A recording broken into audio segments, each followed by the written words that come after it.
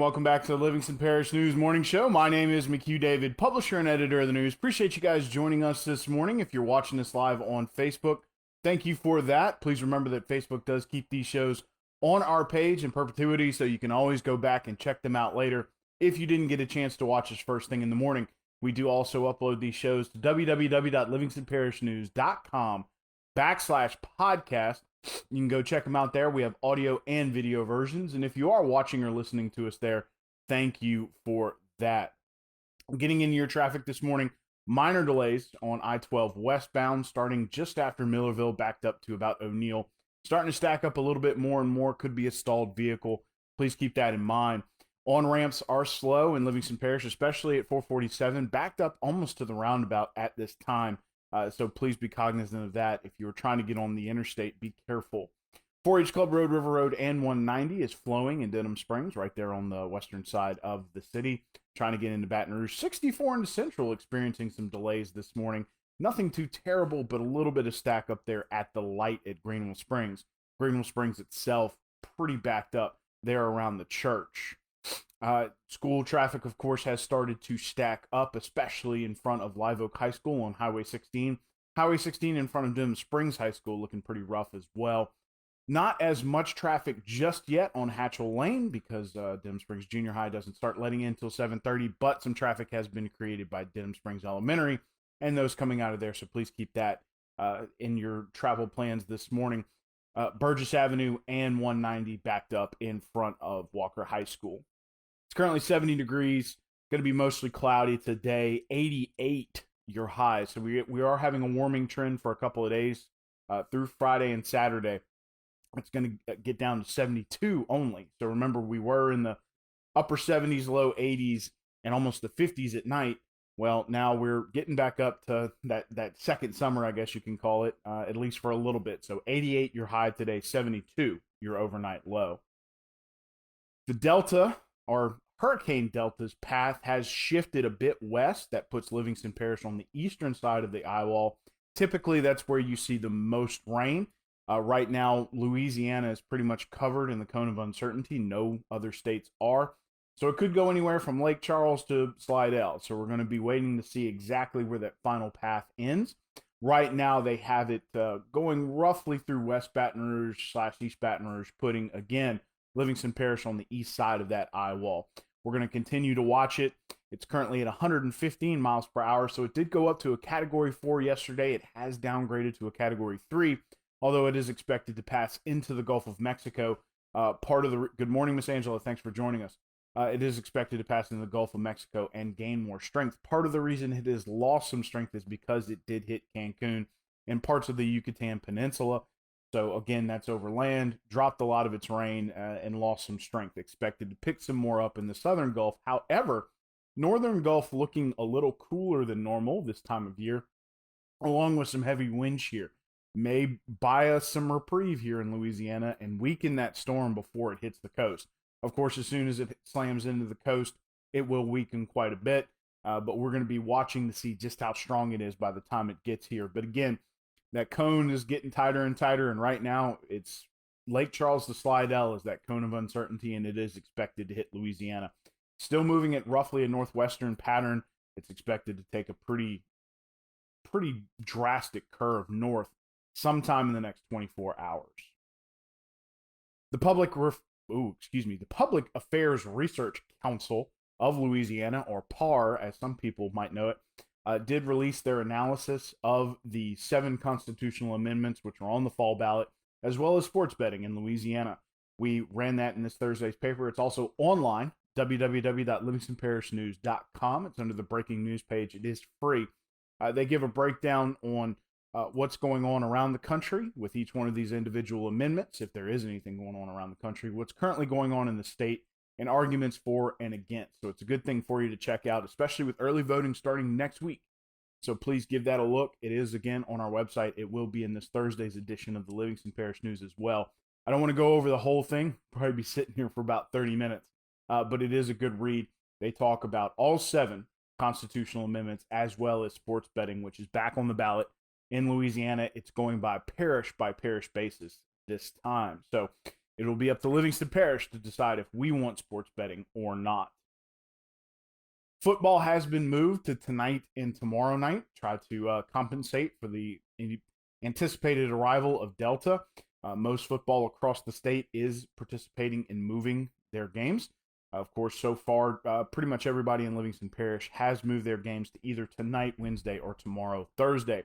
Please check www.livingstonparishnews.com/sports for those times and what time these games will be shifted to. Of course, that is, trying to get these games in before that bad weather comes. Also, LSU has moved their game to Missouri. Of course, with no fans in the stands anyway, it was a pretty easy move to make. It's not like a normal year, not like that Florida debacle from a few years back. They simply said, well, we're going to get out of the way of this thing, and we're going to do it quickly. So the Tigers will be traveling to Columbia, Missouri, their first game in that stadium, and that will still be this Saturday, but it will be at 11 a.m. as opposed to a 7 p.m. kickoff. Getting into your COVID-19 statistics real quick, 169,044 cases, and good morning, Miss Amanda, and good morning, Miss Carrie. Thanks for joining us. COVID-19 statistics for the state, 169,044 cases, 5,402 deaths, 2,402,355 tests. 154,163 have recovered. 567 are hospitalized on 71 ventilators. In Livingston Parish, 3,870 cases, 76 deaths on 41,637 tests. There's an interesting program coming to the Dim Springs area this Saturday, October 10th. They will also be in Holden. It is the Farmers to Families Food Program, which is sponsored by the USDA. This is an attempt to try to get some food into the hands of folks that have had a lot of trouble, especially with unemployment during the COVID-19 pandemic. Excuse me. It's sponsored by the Denham Springs CERT team, which is that disaster response team or training for disaster response team. Bye, George. Have a good day, buddy. It will be at 10 a.m. in Denham Springs and Holden. Now, the big thing about this is that it's obviously weather permitting. Going to very much depend on what the weather is like going into the weekend as to whether or not they have it. If they cannot have it, it will be rescheduled. If you don't know what the CERT team is, it's a training sort of, it's a lot of different things, interestingly enough. It's a team that was created by the city of Denham Springs to train people to respond to disasters and also help in the wake of disasters. They usually are out there helping get people sand and sandbags. Whenever we've done the whole sandbag routine, they want to help train people as well to be able to respond in sort of their little individual pockets to disasters. And that includes things like being ready to take care of themselves and then take care of those around them and those sorts of things. So a very important program. And of course, the Denham Springs City Council learned of the Farmers to Families Food Program, asked CERT to look into it, and this is the result. So again, that will be at 10 a.m. in Denham Springs and Holden. We're still waiting for the exact locations, but you can check our website, www.livingstonparishnews.com/coronavirus, and you will be able to find the exact location of where you can go. It'll be at 10 a.m. There are about 1,000 meals prepared, and again, trying to help those families who have been hit hard by COVID, especially those that remain unemployed, trying to keep families fed in the Livingston Parish area. The back and forth at the legislature continues over the governor's executive powers, especially when it comes to COVID-19. So far, the governor has not really expressed any sort of disdain or has condemned any of these measures yet. He has expressed his concern that managing a disaster by committee is tricky and difficult. Of course, a lot of legislators, especially those who are very constitutionally based, have had a lot of back and forth personally about removing some of these powers because, of course, that is part of his constitutional mandate, is that if he does declare an emergency and the federal government approves it, it's his job, that would be the governor's job, to respond to the disaster. One of the things that the legislature is looking for is more of a seat at the table.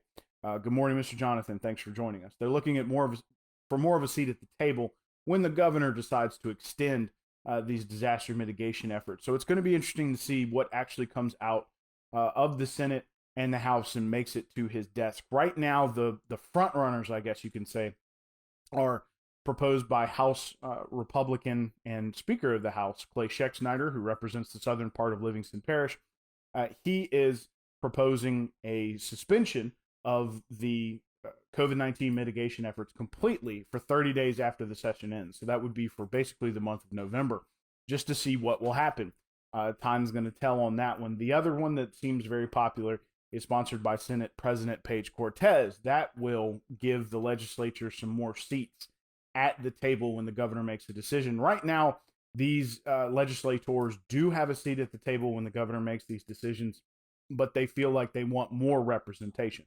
So it's going to be interesting to see, again, what makes it to the governor's desk and what he does sign. There are other motions out there.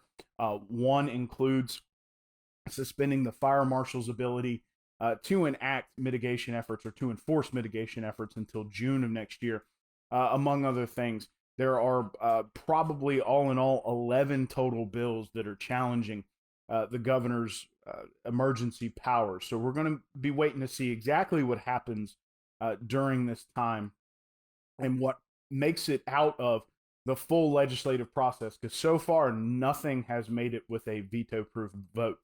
So they're going to have to vote it all.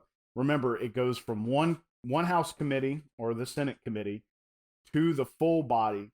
Then it goes to the other, either House or Senate committee, and then it comes to the other floor. If it passes both floors, then it heads up to the governor's office. So far, no bills have made it through that entire process. Of course, the special legislative session lasting until roughly the end of October.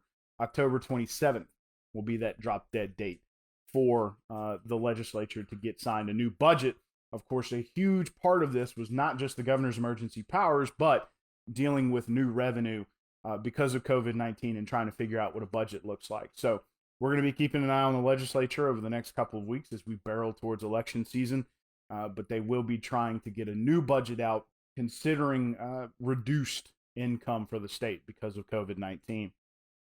Getting back into your traffic real quick to wrap up the show, minor delays on I-12 from Millerville stacking back up towards Range Avenue now. Please keep that in mind. Your on-ramps are slow in Livingston Parish.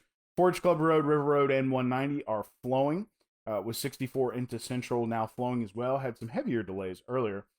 Somewhat delayed on Greenwell Springs, not too bad. And school traffic, of course, getting into its prime, especially in front of Live Oak High School, where 16 usually gets pretty backed up. Burgess Avenue as well as 190 backed up in Walker. And you're looking at heavier delays on Hatchell Lane as folks start to get their kids ready for Denham Springs Junior High, as well as coming out of Denham Springs Elementary. It's currently 70 degrees, 88 your high today, 72 your overnight low. Remember, we are going to be seeing a warming trend for at least a couple of days before it cools off again. So we're going to be getting back up close to 90 during the day, low 70s at night. It's going to be mostly cloudy again. Good idea to pack that umbrella just in case. One last time, my name is McHugh David, publisher and editor of the news. Appreciate you guys joining us this morning for the Livingston Parish News Morning Show. Want to remind folks that we are on Facebook, Twitter, LinkedIn, Instagram, and YouTube. We are once a week in print on Thursdays. That's $7 a month to get that in your mailbox. We're also online, www.livingstonparishnews.com. We have a podcast page, which is free, a breaking news page, which is free, as well as a coronavirus page, which is free as well. We do hope you have a great day. Please keep an eye on the weather. We're going to be covering that through the end of the week, but please be prepared for Hurricane Delta. We here in Livingston Parish have dodged quite a few this summer. It's been a very active season. But it looks like this one might be the one that at least comes here and gives us some rain. So please be prepared. The governor has said he is aware that people getting tired of hearing about the weather and weather fatigue sets in. But this is important. This is a major storm. It's already a Category 3. It had gotten up to a Category 4. It had only lost one category while hitting the Yucatan Peninsula. Expected to get stronger. So please be prepared come this weekend. Again, hope you have a great day, and we will catch you tomorrow morning.